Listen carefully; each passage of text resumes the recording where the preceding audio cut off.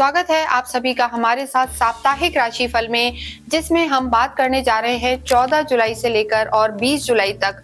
ये वीक क्या बताएगा, आइए हम देखते हैं। इस वीक में शनि वक्रीय रहेंगे, बुध वक्रीय रहेंगे और सूर्य भी अपना राशि परिवर्तन करेंगे। सूर्य की जो स्थिति है, सूर्य मिथुन से निकलकर 16 जुलाई को और कर्क में प्रवेश करेंगे, तो किसका ऑरा बढ़ेगा, किसका ऑरा घटेगा, शनि और बुध वक्रीय होके कामों को कैसे अटकाएंगे और गुरु और शुक्र आपको कैसे लाभ दिलाएंगे, आइए हम देखते हैं। इस वीडियो में हम बात करेंगे धनु राशि और धनु लगन के लिए कि ये वीक इनका कैसा रहने वाला है, इनके सितारे क्या कहते हैं। यहाँ पर 14 जुलाई से और 20 जुलाई तक हम साप्ताहिक राशिफल की बात कर रहे हैं। देखिए, धनु जो राशि है, इनके जो लॉर्ड हैं गुरु है, और जब भी हम साप्ताहिक राशिफल की बात करते हैं तो मून बहुत इंपॉर्टेंट हो जाते हैं। चंद्रमा की जो स्थिति है, चंद्रमा इस पूरे ही हफ्ते कुंभ में, मीन में, मेष में और लास्ट डे वृषभ में रहेंगे, तो आपके लिए वो पराक्रम में रहेंगे, लाभ में देखेंगे, जो हम कह सकते हैं कि देखिए पराक्रम में रहेंगे, सुख भाव में रहेंगे, त्रिकोण में आएंगे और लास्ट डे वो 6 हाउस में यानी वृषभ में आएंगे। तो 14 से ये वीक स्टार्ट हो रहा है। बीच का जो समय रहने वाला है यानी 16, 17 और 18 लगभग, ये जो समय है इसमें चंद्रमा आपके चौथे घर में रहेंगे, 4th हाउस में रहेंगे। और जब भी चंद्रमा गोचर में या हम नॉर्मल भी देखते हैं तो चौथे, 8वें, 12वें में होते हैं तो अच्छे नहीं माने जाते। आपको कोई भी इंपॉर्टेंट काम करना हो, किसी यात्रा के लिए जाना हो, कोई भी शुभ मांगलिक कार्य करना हो, तो चंद्रमा देखना आवश्यक है। और वो कभी भी चौथे, 8वें, 12वें में हो आपकी राशि से, तो उस समय वो शुभ कार्य नहीं करने चाहिए। तो यहाँ पर ये इस वीक में अगर हम आपके लिए देखें धनु राशि के लिए, तो जो डेट्स हैं 16, 17, 18, यहाँ पर आपको ध्यान रख के चलना है, चाहे आपका कोई भी इंपॉर्टेंट काम हो या आपका स्वास्थ्य हो या यात्रा हो। इसके अतिरिक्त इस वीक में शनि वक्रीय हैं, बुध वक्रीय हैं और सूर्य का भी परिवर्तन होने जा रहा है। सूर्य देखिए अभी आपके 7th हाउस में है, अब आपके अष्टम में चले जाएंगे, 8th हाउस में जाएंगे, तो इसका आपके जीवन पर क्या प्रभाव पड़ेगा ये भी हम यहाँ पर देखेंगे।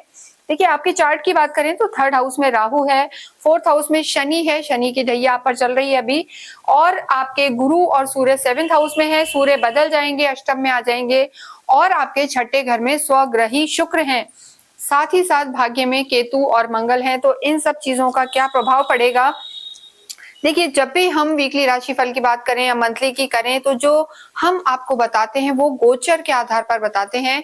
सबकी कुंडलियों को बताना तो इतना आसान नहीं है, इसलिए गोचर के आधार पर आप देख सकते हैं। इसे आप अपनी जन्म कुंडली और चंद्र कुंडली के आधार पर रिलेट कर सकते हैं। यानी आपकी कुंडली में चंद्रमा जहां है वहां नंबर 9 लिखा हो तो आपकी जो राशि है धनु है, और आपके चार्ट में, आपके लगन चार्ट में यहाँ 1st हाउस में 9 लिखा है तो आपकी लगन जो है वो धनु है। तो धनु राशि और धनु जो लगन है उनके लिए वीडियो है। सबसे पहले हम आपके स्वास्थ्य की बात करेंगे।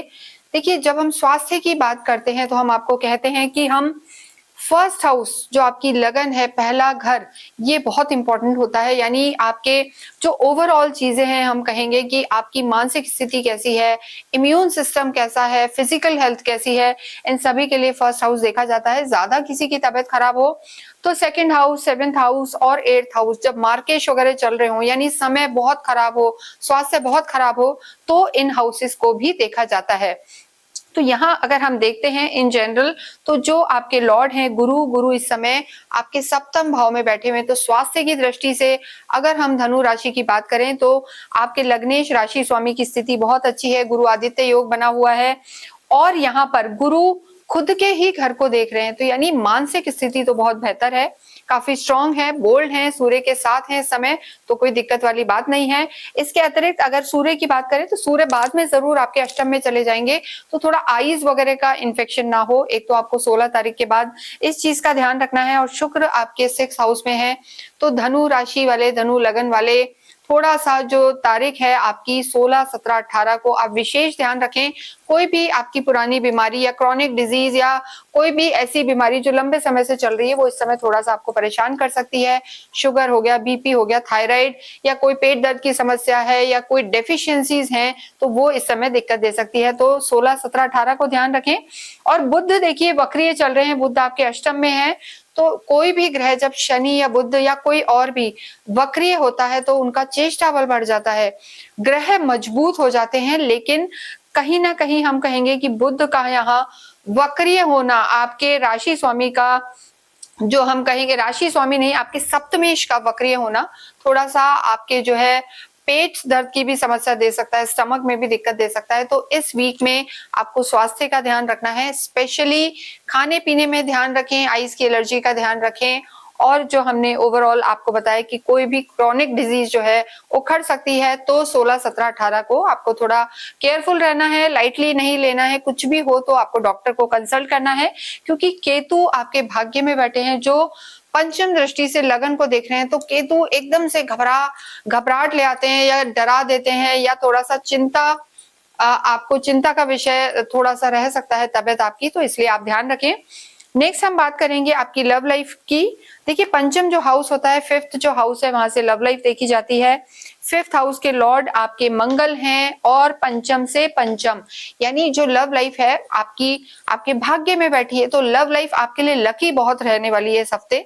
अगर आपकी कोई प्रॉपर लव लाइफ है, किसी को आप डेट कर रहे हैं, लेकिन एक चीज का ध्यान रखें कि केतु के साथ है, अंगारक योग बना हुआ है, और अंगारक योग सबको गुस्सा दिलाता है, आर्ग्यूमेंट्स करवाता है, और अग्नि तत्व को बढ़ा देता है। तो चीजें आपकी लव लाइफ की ठीक हैं, अगर आप थोड़ा सा कूलली उसको हैंडल करते हैं। विशेषकर 17 और 18 तारीख को आपको बहुत ध्यान रखना है, क्योंकि आपके जो लव लाइफ के लॉर्ड हैं मंगल केतु तो साथ हैं, लेकिन चंद्रमा उस समय चौथे हाउस में रहेंगे, फोर्थ हाउस में। तो जब चंद्रमा फोर्थ हाउस में होते हैं तो कहीं ना कहीं थोड़ी सी इमोशनल ज्यादा कर देते हैं, सेंसिटिव बना देते हैं, और छोटी छोटी बात चुप जाती है। तो इसलिए आपको वहां पर ध्यान रख के चलना है।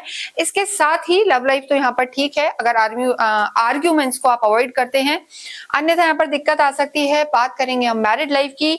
मैरिड लाइफ की जब बात करते हैं तो 7th हाउस देखा जाता है, गुरु सूर्य विराजमान है यहाँ। देखिए 16 तारीख तक यहाँ सूर्य हैं, और हमने आपको बताया सूर्य, शनि, मंगल, राहु, केतु अगर सप्तम में है या सप्तम पर दृष्टि है तो थोड़ा सा एग्रेसिव बना देते हैं, डोमिनेटिंग बनाते हैं, या फिर राहु केतु कई बार भ्रम की स्थिति, डाउट, तीसरे व्यक्ति की आशंका को ले आते हैं।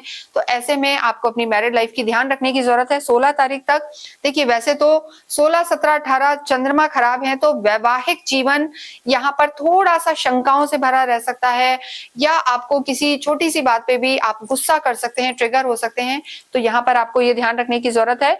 गुरु की दृष्टि आपकी लगन पर है, गुरु यहाँ बैठे हैं उदित अवस्था में। तो ये तो आप मान के चलें, आप लिख लें कि कितनी भी परेशानी आए, गुरु आपके वैवाहिक जीवन को अच्छा रखेंगे, बचा के चलेंगे, और किसी भी तरीके की कोई परेशानी नहीं आने देंगे। तो गुरु यहाँ वैवाहिक जीवन को भी अच्छा रखेंगे। गुरु आपके वैवाहिक जीवन को रिप्रेजेंट भी करते हैं, उनके कारक भी होते हैं। और देखिए जो गुरु हैं, जिन लोगों का विवाह नहीं हुआ है उनके भी इस हफ्ते बहुत अच्छे योग बन रहे हैं। कोई ना कोई बात आपकी पर्सनल रिश्तों को लेके आगे बढ़ सकती है, कोई अच्छा प्रपोजल मिल सकता है। तो ये चीजें भी यहाँ पर बनी हुई हैं। तो ओवरऑल अगर हम वैवाहिक जीवन, आपके स्पाउस और स्पाउस से रिलेटेड चीजों को देखें तो यहाँ पर शुभ परिणाम ही आपको मिलेंगे। इसके साथ आपको एक और चीज हम बताएंगे कि गुरु जो है नैसर्गिक सुख देने वाले हैं, उदित अवस्था में है, तो निश्चिंत रहें। सूर्य जब 16 तारीख को यहाँ से निकल जाएंगे तो आपकी स्थितियां और बेटर हो जाएंगी, लेकिन फिर भी आपको आर्ग्यूमेंट्स वगैरह को आपको 17 और 18 को अवॉइड करके चलना है। वर्क प्लेस की हम बात करें तो देखिए बुध यहाँ के लॉर्ड हैं, बुध वक्रीय हो जाएंगे और बुध अष्टम में भी हैं। कार्य की दृष्टि से अगर हम कहें तो जो समय है आपका 18-19 का, खासतौर से 17-18 का, वो उतना अच्छा नजर नहीं आ रहा है। कोई भी बड़ा डिसीजन हो, पैसे का लेन देन हो, या किसी भी बिग डील में जाना हो, जॉइंट वेंचर करने हो, नए नए डिसीजन लेने हो, तो इस हफ्ते को थोड़ा सा टाल के चलें। प्रोफेशनल लाइफ यहाँ पर उतनी ज्यादा अच्छी नजर नहीं आ रही है। तो इस पूरे ही हफ्ते हम आपको ये कहेंगे, गो विद द फ्लो, कार्य को लेके जैसा चल रहा है उसको वैसा ही चलाएं, क्योंकि शनि भी हैं आप पे, ढैया भी है, और शनि भी वक्रीय हो गए। तो ऐसी स्थिति में कार्य को लेके धनु राशि वालों को थोड़ा slow and steady wins the race वाली फॉर्मूला अपनानी है। अगर आप जॉब में हैं तो जॉब में भी कंसिस्टेंसी रखें, स्विच वगैरह करने की इस वीक में आप ना सोचें। स्पेशली कोई भी मेजर डिसीजन आपको जो है 16-17 तारीख को नहीं लेना है। विद्यार्थियों के लिए समय अच्छा है, मंगल ही यहाँ के लॉर्ड हैं, आपके संतान के, विद्या के, प्रेम के और भाग्य में है। तो भाग्य में जब त्रिकोण के स्वामी, केंद्र के स्वामी आते हैं तो त्रिकोण के ही स्वामी त्रिकोण में बैठे हैं, तो ये बहुत अच्छा समय है। लेकिन देखिए केतु है तो थोड़ा सा डिटैचमेंट, आलस, प्रोक्रेस्टिनेशन या कोई चेंजेस आपके एजुकेशन में, स्टडीज में जरूर आ सकते हैं। तो मन उतना पढ़ाई में नहीं लग रहा है, कहीं ना कहीं थोड़ा सा वैराग्य, डिटैचमेंट जो हम कहेंगे, या मौज मस्ती में दिमाग जा रहा है, तो उसे आप संभालें। तो ओवरऑल धनु राशि के लिए हम पूरा ही अगर हफ्ता देखते हैं तो यहाँ समय ठीक रहने वाला है। आपके कर्म क्षेत्र पर आपको ध्यान देना है, वैवाहिक जीवन अच्छा है, भाग्येश की स्थिति अच्छी है, लेकिन 16 जुलाई के बाद भाग्य पर भरोसा ना करें, क्योंकि सूर्य जो है आपके, हम कहेंगे भाग्येश हैं और अष्टम में आ जाएंगे, तो सूर्य का अष्टम में आना बहुत आपके भाग्य को हम कहेंगे थोड़ा सा वीक कर सकता है। जब भी केंद्र त्रिकोण के स्वामी अष्टम में आते हैं, त्रिक भाव में आते हैं, तो समय उतना ज्यादा साथ नहीं देता है। तो 16, 17, 18 चंद्रमा भी चौथे घर में है और सूर्य भी वीक हो जाएंगे, तो कर्म पर इस समय ज्यादा भरोसा रखें। धनु राशि वालों के लिए वो जरूरी है। आध्यात्मिक आप होते हैं, आध्यात्मिक तो आप हैं ही, और गुरु की दृष्टि सीधी लगन पर है, तो अध्यात्म यहाँ पर बढ़ने वाला है डेफिनेटली। और इसके साथ अगर हम कहेंगे तो आपकी जो चीजें भी हैं ओवरऑल, चाहे ज्ञान हो, अध्यात्म हो या आपकी यात्राएं हो, वो सब यहाँ पर अच्छे परिणाम देंगी। देखिए पूरे ही हफ्ते में या इसके अतिरिक्त भी अगर आपको किसी भी चीज में परेशानी आती है, धनु राशि, धनु लगन वालों को, तो उन्हें अवश्य ही 9 मुखी रुद्राक्ष धारण करना चाहिए। गुरु का रुद्राक्ष होता है और ये आपके जीवन में डेफिनेटली भाग्य की वृद्धि करेगा, अच्छा स्वास्थ्य देगा। तो आप अवश्य ही 9 मुखी रुद्राक्ष पहने, क्योंकि 9 मुखी रुद्राक्ष के जो प्लैनेट हैं, गुरु हैं, जो आपके भी प्लैनेट हैं, और श्रावण का महीना आ रहा है, तो आपको अवश्य ही रुद्राभिषेक भी करवाना चाहिए। आप चाहें तो दोनों ही चीज के लिए हमसे संपर्क कर सकते हैं, नीचे नंबर्स दिए हुए हैं, क्योंकि हम इसे पूरी तरीके से सर्टिफाइड रुद्राक्ष आपको देंगे और प्रॉपर ऑनलाइन रुद्राभिषेक आपका करवाएंगे, पूजाएं कराएंगे। आप चाहें तो हमसे संपर्क कर सकते हैं। इसके साथ ही साथ आपको ओम ग्राम ग्रीम ग्रौम सा गुरवे नमः का जाप करना चाहिए। ओम शम शनिश्चराय का जाप करना भी आपके लिए अच्छा है। पीपल के पेड़ की पूजा शनिवार के दिन अवश्य करें और सूर्य को जल चढ़ाएं। सूर्य आपके भाग्येश हैं, ये सब करने से आपको लाभ होगा। किसी भी इंपॉर्टेंट काम के लिए जाना है तो थोड़ा सा कोई भी बेसन से बनी हुई मिठाई खा के जाएं। और गुरुवार के दिन असहाय व्यक्तियों, असहाय स्टूडेंट्स को, विद्यार्थियों को कोई भी कॉपी किताब या पेंसिल, रबर, इरेजर ये सब बांटे तो आपके लिए लाभकारी होगा। इसके साथ ही इस वीडियो को हम यहाँ विराम देते हैं। अगर आपकी कोई क्वेरी है तो आप हमसे संपर्क कर सकते हैं। कमेंट बॉक्स में आप अवश्य ही ओम नमो भगवते वासुदेवाय लिखें। Thank you.